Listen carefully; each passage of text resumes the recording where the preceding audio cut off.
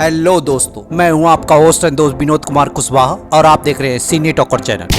तो आज के इस वीडियो में हम सीजन 2 के एपिसोड नंबर 8 यानी कि सीजन के फाइनल एपिसोड की कहानी को आपके सामने एक्सप्लेन करने वाले हैं। तो इस एपिसोड की कहानी की शुरुआत पायन सोल्जर, बॉबा बॉस, हनीवा और चार्लेट के भागने से शुरू होती है और फिर हम देखते हैं सभी लोग अपनी जान बचाते हुए गेट के अंदर चले जाते हैं और उनके पहुंच जाने के बाद गेट को बंद कर दिया जाता है और फिर चार्लेट हनीवा के साथ भागते हुए कुछ दूर जाकर उसे उसका तीर धनुष दे देती है और फिर ईडो बॉस के आदेश पे उसके सैनिक गेट की तरफ आगे बढ़ने लगते हैं और हम उनकी विशाल सेना को मार्च करते हुए देखते हैं और फिर टमेक्टी जून अपने सैनिकों का हौसला बढ़ाते हुए उनसे कहता है कि हम लोग यहीं से उनका सामना करेंगे और कोफून उसे बोलता है कि उनके सैनिक हमसे बहुत ज्यादा हैं और उनसे लड़ने के लिए हमारे पास पर्याप्त सैनिक नहीं है और टमेक्टी जून उसका जवाब देते हुए कहता है कि हम लोग उन्हें रोक के रखेंगे और हनीवा उसे पूछती है कि कितने समय तक और बॉबा बॉस उसे बताता है कि उतने समय के लिए जब तक कि तुम्हारी माँ को शहर खाली करवाने की सूचना भेजी जा सके। और जब बाबा बॉस कोफून और हनीवा को पेंसा जाने को कहकर उनसे कहता है कि तुम यहाँ पे अब कुछ भी नहीं कर सकते हो और अगर तुम यहाँ पे रुकते हो तो तुम मारे जाओगे, जिस पर दोनों कहते हैं कि तब हम मारे जाएंगे। और फिर टमेक्टी जून उनकी बातें सुनने के बाद कमांडर फेरी को बुलाकर रानी को संदेश देने को कहता है और फिर हम देखते हैं कि ईडो बॉस की आर्मी गेट तक पहुंच चुकी है और रेन ईडो बॉस को बताती है कि वे लोग किले में घुस चुके हैं और उन्होंने फाटक बंद कर दिया है और फिर ईडो बॉस उस गेट को तोड़ने का आदेश देता है और फिर हम देखते हैं कि उनके सैनिक बहुत बड़े से लोहे के पाइप को उठाकर उस गेट को तोड़ने की कोशिश करने लगते हैं और उनके गेट तोड़ने की गूंज टमेक्टी जून के सैनिकों तक पहुंचती है और टमेक्टी जून अपने सैनिकों को आदेश देते हुए आगे बढ़ने को कहता है और फिर हम गेट तोड़ने की आवाज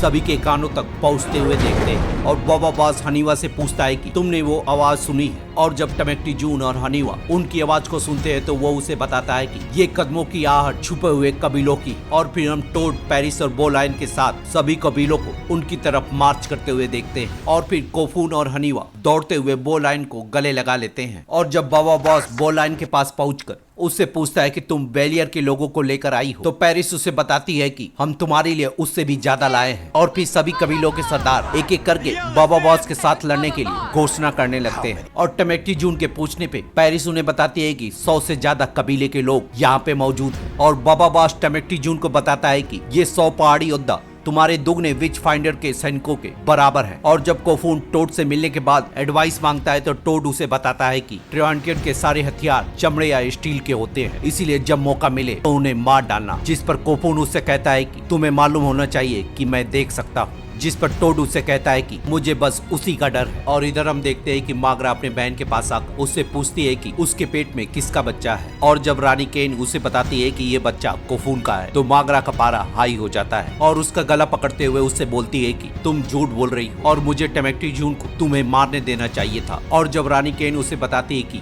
मेरा होने वाला बेटा तुम्हारा भतीजा और तुम्हारा नाती भी होगा तो मागरा उससे कहती है कि जिस दिन तुम्हारा बच्चा पैदा होगा मैं उसी दिन उसे छीन लूंगी और वो कभी भी जान नहीं पाएगा कि वो तुम्हारा बेटा है। और इधर हम देखते हैं कि ट्रिवांटियन अभी भी उस गेट को तोड़ रहे हैं और बॉबा बॉस सभी को संबोधित करते हुए बोलता है कि हमने अपना पूरा जीवन ट्रिवांटियन राज के साये में रहकर बिताया है और ये सोचते हुए बिताया है कि वो दिन कब आएगा जब वो हमारी भूमि पे कब्जा करने के लिए अपने सैनिक भेजेंगे, हमारे बेटे बेटियों, पति और पतियों को कब गुलाम बनाएंगे। और अब वो दिन आ गया है कि दीवार के दूसरी तरफ वह सेना खड़ी है जिससे हम लंबे समय से डरते आए हैं और उनकी जीत का मतलब होगा कि अपनी हर प्यारी चीज हम खो देंगे। पर जब वो लोग उस दीवार से आएंगे तो उनका सामना उस डरी हुई सेना से नहीं होगा जिसकी वो आशा कर रहे हैं। हम पायान के सैनिक हैं, पहाड़ी योद्धा, विच फाइंडर, पुराने शत्रु एक साथ एक ही उद्देश्य के लिए मिल गए हैं और एक ही उद्देश्य से हर हालत में उसे बचाना है जो कि हमारा है। और मैं इस दुश्मन को जानता हूँ और मैं कभी उनके साथ था। वे गुलाम बनाने के लिए लड़ते हैं, लालच के लिए लड़ते हैं और हम प्यार के लिए लड़ते हैं और वे सिर्फ जीत के लिए लड़ते हैं और हम अपने परिवारों के लिए लड़ते हैं और अपनी आजादी के लिए लड़ते हैं। और मैं एक पिता हूँ जो अपने बच्चों के साथ लड़ रहा है और मैं तुम्हारा दोस्त हूँ जो मरते दम तक तुम्हारे साथ इस आजादी के लिए लड़ेगा। और मैं बॉबा बॉस और मैं कहता हूँ कि उनके हमारे द्वार तक आने का इंतजार क्यों करें और मैं कहता हूँ हम इसी समय इस द्वार को खोल देते हैं और उनका इस नर्क में स्वागत करते हैं। और फिर सभी लोग एक दूसरे का हौसला बढ़ाते हुए चिल्लाने लगते हैं और फिर गेट को खोल दिया जाता है और रेन ईडो बॉस को बताती है कि वो लोग फाटक खोल रहे हैं और हम खुलने के साथ ही देखते हैं कि वहाँ पे कोई भी मौजूद नहीं होता है और ईडो बॉस के आदेश पे उसके कुछ सैनिक आगे बढ़ने लगते हैं और बाबा बॉस एक सैनिक का गला काट के इस जंग का आगाज करता है और टमेक्टू जून उसका साथ देते हुए एक सैनिक का काम तमाम कर देता है और कोफून इस जंग में कूदते हुए एक सैनिक को मार डालता है। और जब कुछ सैनिक आगे बढ़ते हैं तो हनीवा और उसकी टीम उनका काम तमाम कर देती है और सभी लोग हनीवा के साथ मिलकर तीर और भाले के साथ एक एक करके उनका काम तमाम करने लगते हैं। और फिर हम उसी लड़के को देखते हैं जिसकी वजह से बाबा बॉस ट्रिवांटियन में पकड़ाया था और ईडो बॉस के आदेश पे क्रॉसबो के सैनिक आगे बढ़ने लगते हैं और लड़के के आदेश पे आगे बढ़ते हुए वो लोग सभी का काम तमाम करने लगते हैं और बाबा बॉस के रस्सी काटते ही उन सभी सैनिकों का काम तमाम हो जाता है और ईडो बॉस इस हमले से गुस्सा होते हुए सभी लोगों को किले पे हमला करने के लिए बोल देता है और ट्रिवांटियन की आर्मी ईडो बॉस और रेन के साथ आगे बढ़ने लगती है और फिर मौत का खेल शुरू हो जाता है।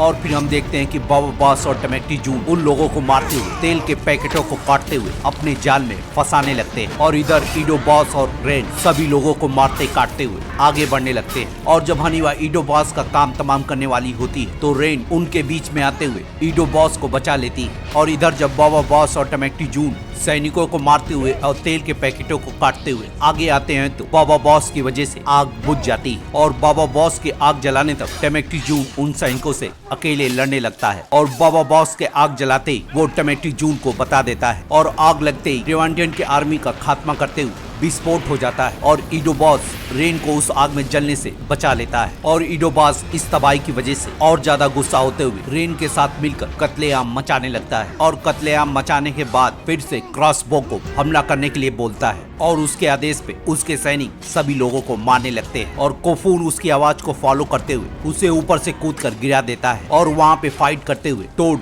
मारा जाता है और ईडो बॉस फाइट के दौरान रेन से पूछता है कि वहाँ पे पायन सैनिकों के साथ कुछ लोग और भी हैं और रेन उसका जवाब देती है कि वो लोग बहुत सारे हैं। और फिर हम देखते हैं कि इस मार काट की वजह से बाबा बॉस की भी हिम्मत थोड़ी देर के लिए जवाब दे जाती है और फिर हम देखते हैं कि वो लोग एक नदी के ऊपर लड़ रहे हैं और बाबा बॉस पत्थर को घींचते हुए आगे बढ़ने लगता है और बाबा बॉस के आदेश पे वो लायन हॉर्न बजा देती है जिसकी वजह से कबीले के लोग रस्सियां फेंकने लगते हैं और वो लोग उसे पकड़कर चढ़ने लगते हैं और चट्टान गिरने के साथ ही वहाँ पे तबाही का मंजर पसर जाता है।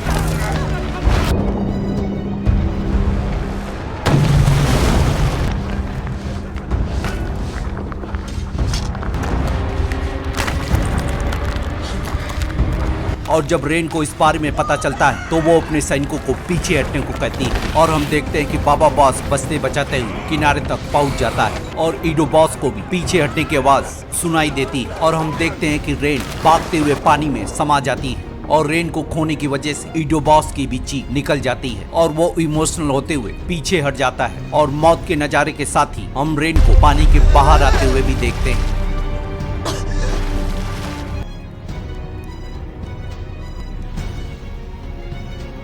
और जब बाबा बॉस अपने बच्चों को ढूंढ रहा होता है तो हनीवा उसके पास आकर बताती है कि हम लोग जीत चुके हैं और कोफून ठीक है और तभी बाबा बॉस को ईडो बॉस का बुलावा आ जाता है और अपनी बेटी को रुकने को कहकर उसकी तरफ आगे बढ़ जाता है और फिर हम देखते हैं कि हनीवा रेन को ढूंढते हुए उसे खोज निकालती है और उसकी रस्सियां खोलने के बाद उसे उठाकर गेट की तरफ आगे बढ़ जाती है और फिर हम ईडो बॉस ब्रिज पे सीटी बजाते हुए देखते हैं और बाबा बॉस के पहुंचने पे वो उससे बोलता है कि तुम हमेशा से अयूरा से बेहतर सुनते थे और ईडो बॉस उससे बोलता है कि और जितने भी लोग तुम्हारे पास रहे हैं उन्हें अपने जीवन के अंत में सिर्फ दुख ही झेलने पड़े हैं लेकिन अब तुम्हारी बारी है। और बाबा बॉस ईडो से कहता है कि अपनी जान बचाना चाहते हो तो इस जगह को छोड़ के चले जाओ और अब ये खत्म हो चुका है। और ईडो बॉस उससे कहता है कि अभी ये मसला खत्म नहीं हुआ है और जब तक खत्म नहीं होगा जब तक तुम्हारी सांसें चल रही हैं। और अपने तलवार को रखने के बाद उससे बोलता है कि मैं तुम्हें मारना नहीं चाहता हूँ और ईडो उससे बोलता है कि चिंता मत कर तुम नहीं मरोगे और ये बोलने के साथ ही ईडो उस पे हमला बोल देता है।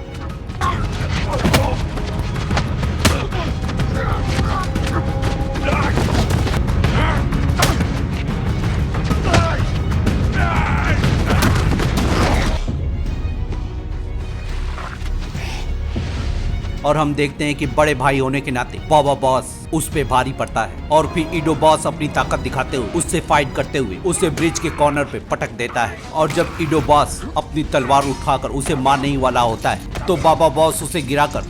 उसे अपने हाथों और पैरों से पकड़कर उससे बोलता है कि हमारे पिता तुम्हें मरवाने की कोशिश में मुझसे हार चुके हैं और तुम भी कुछ नहीं कर पाओगे, और उसे जिंदा छोड़कर दूर फेंक देता है। और जब वो अपनी तलवार लेकर जा रहा होता है, ईडो बॉस उस पे हमला करते हुए उसी की तलवार से उस पे हमला कर देता है और बाबा बॉस अपनी जान बचाने के चक्कर में ईडो बॉस को तलवार घोंप देता है। और तलवार निकालने के बाद ईडो से पूछता है कि तुमने ऐसा क्यों किया, और ईडो उसका जवाब देता है कि इस हार के बाद वैसे भी मैं अपने घर नहीं जाने वाला था। और बाबा बॉस उससे बोलता है कि तुम मेरे साथ चल सकते थे, और ईडो उसे जवाब देता है कि तब भी तुम मुझे बयान के फांसी से बचा नहीं सकते थे। और बाबा बॉस उससे बोलता है कि तुम्हें ऐसा नहीं करना चाहिए था। और ईडो उससे बोलता है कि हमारी परवरिश योद्धा बनने के लिए हुई थी और हमारी किस्मत में ऐसे ही मरना लिखा था। और ईडो बाबा बॉस से पूछता है कि क्या हमारे पिता ने तुम्हें मुझे मारने का निर्देश दिया था। और जब बाबा बॉस उसका जवाब हाँ में देता है तो ईडो उससे कहता है कि हमारे पिता वाकई में कमीने थे। और इस आखिरी शब्द के साथ ही ईडो बॉस इस दुनिया से रुखसत हो जाता है। और इधर हम देखते हैं कि हनीवा और रेन भी एक दूसरे से बातचीत करते हुए और प्यार के 2 पल गुजारने के बाद एक दूसरे से विदा ले लेते हैं। और फिर सभी लोग मिलकर पाया के लिए रवाना हो जाते हैं। और फिर हम देखते हैं कि रानी मागरा उनका स्वागत करते हुए अपने परिवार को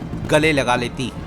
और फिर बाबा बॉस और क्वीन मागरा रात में प्यार के पल बिताने के बाद बाबा बॉस उससे बोलता है कि मेरी जगह यहाँ पे नहीं है, और क्वीन मागरा उससे बोलती है कि तुम्हारी जगह हमारे साथ है। और फिर हम सुबह में देखते हैं कि क्वीन मागरा विच फाइंडर्स का शुक्रिया करते हुए टेमेक्टी जून को पायन सेना का हाई जनरल बना देती है और सभी विच फाइंडर्स को विच फाइंडर के काम से आजाद कर देती है। और टेमेक्टी जून अपने साथियों को संबोधित करते हुए बोलता है कि मैं तुम सबको उस सेवा के लिए जोर नहीं दूंगा जो तुमने नहीं चुनी है, और तुम में से जो भी ऐसा महसूस करता है सेना में भर्ती होने से पहले जो तुमने कसम ली थी, मैं उससे तुम्हें मुक्त करता हूँ। और जो भी जाना चाहता है उसे 1 साल के वेतन के साथ साथ अपनी पवित्र सेवा के लिए गैलेंट्री रिवार्ड भी दिया जाएगा। और फिर हम देखते हैं कि जनरल फेरिक आकर उससे बोलता है कि ये तुम्हारा कानून नहीं चलने वाला है। और फिर उसके साथ साथ उसके समर्थक टेमेक्टी जून से विदा लेते हुए चले जाते हैं। और इधर जब बाबा बॉस कहीं पे जा रहा होता है तो लॉर्ड हॉलन उससे बोलता है कि हमें अभी भी तुम्हारी जरूरत है। और बाबा बॉस उसे जवाब देते हुए कहता है कि मैं तुम्हारा कोई सैनिक नहीं हूँ। जिस पर लॉर्ड हॉलन उससे बोलता है कि ये जंग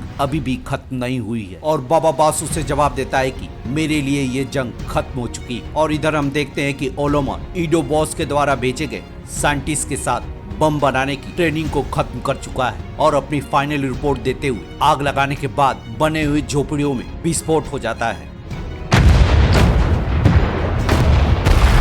और इधर हम देखते हैं कि बाबा बॉस मागरा से गुड बाय कहने के बाद अपने दोनों बच्चों हनीवा और कोफून के रूम में जाकर उन्हें भी चुपके से गुड बाय बोलकर वहां से चला जाता है। और फिर हम बाबा बॉस को पाया शहर को छोड़ते हुए एक अपनी अलग ही जर्नी पे जाते हुए देखते हैं। और इधर जब रानी केन के पेट में दर्द होने लगता है तो पेरिस आकर उसे चेक करती है और चेक करने के बाद उसे बताती है कि तुम्हारा बच्चा बिल्कुल ठीक है और ये बच्चा अपने समय पे ही आएगा। और फिर रानी केन उसके सामने रोते हुए उससे पूछती है कि तुम क्या मेरी मदद करोगे, और उसका जवाब सुनने के साथ उसका गला रेत देती है और उसे लिटार कर उससे बोलती है कि इससे पहले कि बच्चा मुझसे छीना जाए मैं इसे अपने पेट के अंदर ही खत्म कर दूंगी, और जो भी ऐसी कोशिश करेगा उसे मैं मार दूंगी। और पेरिस के मौत के साथ ही सी सीजन 2 की स्टोरी खत्म हो जाती है। तो मिलते हैं किसी और वीडियो में किसी और टीवी सीरीज को एक्सप्लेन करते हुए, तब तक के लिए शुक्रिया।